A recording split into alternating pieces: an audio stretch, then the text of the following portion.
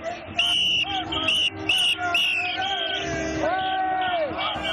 amis, vous ne pouvez pas savoir comment je suis fier aujourd'hui de voir le nombre de personnes qu'il y a ici. On est plus de 3000 dans les rues d'Ottawa. Jamais on n'aurait pensé faire ça il y a tellement de temps. Plus de 3000 personnes qui sont venues ici pour quoi? Qui sont venues pour essayer de se faire entendre par ce gouvernement-là qui refuse d'écouter. Écoutez, le gouvernement conservateur, c'est pas d'hier qu'on frappe à la porte.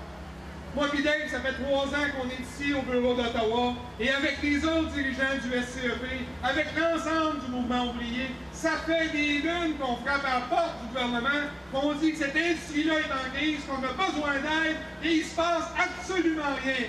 Il y a tête dure en baptême. Il y a un journaliste qui m'a demandé la semaine dernière, il dit, écoutez, votre cause, il me semble que c'est tellement facile à comprendre. Comment ça se fait? C'est-tu de l'ignorance? C'est-tu de l'incompétence? Ben, c'est un peu des deux, puis un peu plus, c'est du mépris, exactement.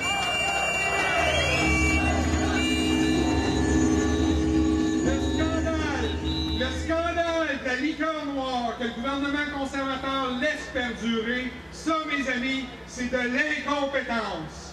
Quand le ministre Blackburn et les autres nous disent qu'ils ne peuvent pas fournir de garantie de prêt parce que ça va à l'encontre de l'accord sur le bois d'œuvre, ça, mes amis, c'est de l'ignorance. Et quand Cannon se permet de venir dire dans les journaux « Travailleurs forestiers, ayez du courage », ben ça, c'est du mépris, et on le prend pas.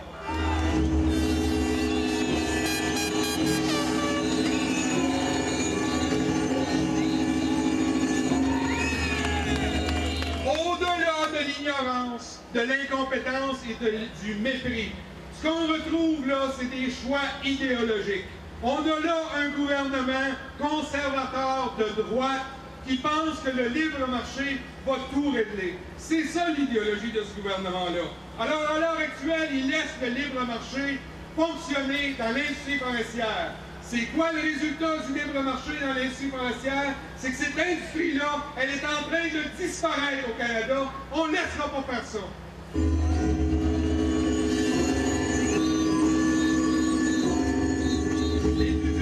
Les usines ferment les unes après les autres, ça n'arrête pas depuis 3 ans. 55 000 jobs qui ont été perdus. Les usines ferment, Turso est fermé dans le coin, Gatineau ferme régulièrement, Masson ferme régulièrement, les gens sont inquiets, il commence à être temps que le gouvernement se réveille.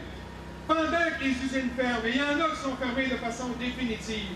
Comme Dave l'a si bien mentionné tantôt, les arbres, ils continuent de pousser, ils vont continuer de pousser. Cette ressource-là, mes amis, c'est une ressource renouvelable. C'est une ressource qui va être là pour toujours. On doit s'assurer que cette ressource-là, on ne fera pas la même chose qu'on a fait avec notre fer, qu'on fait présentement avec les sables bitumineux, c'est-à-dire qu'on va les couper, comme on fait avec les arbres en Colombie-Britannique, on va shipper ça aux États-Unis, c'est eux autres qui vont avoir les jobs. C'est ça qui va arriver si l'industrie disparaît.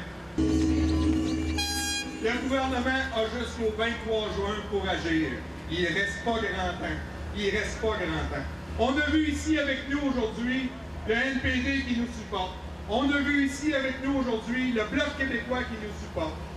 Les libéraux vont devoir prendre leurs responsabilités à un moment donné. Et je dois mentionner M.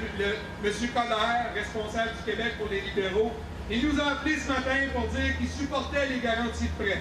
Mais ça va prendre plus que ça de la part des libéraux. Il va falloir qu'ils se commettent, il va falloir qu'ils nous supportent, il va falloir qu'ils mettent ce gouvernement-là à porte pour qu'enfin on puisse procéder et avoir un gouvernement qui va supporter l'industrie forestière.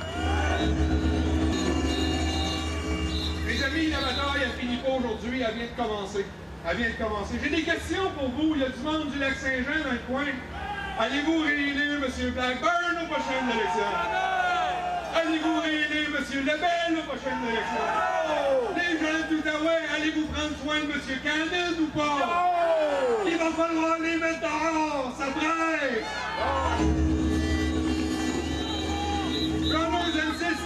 Brothers and sisters from all across Canada, we have people from Newfoundland to BC here today. We hope that that government will understand what we are saying. We need to continue that fight. Thank you very much for being here, and let's fight together. Wake up!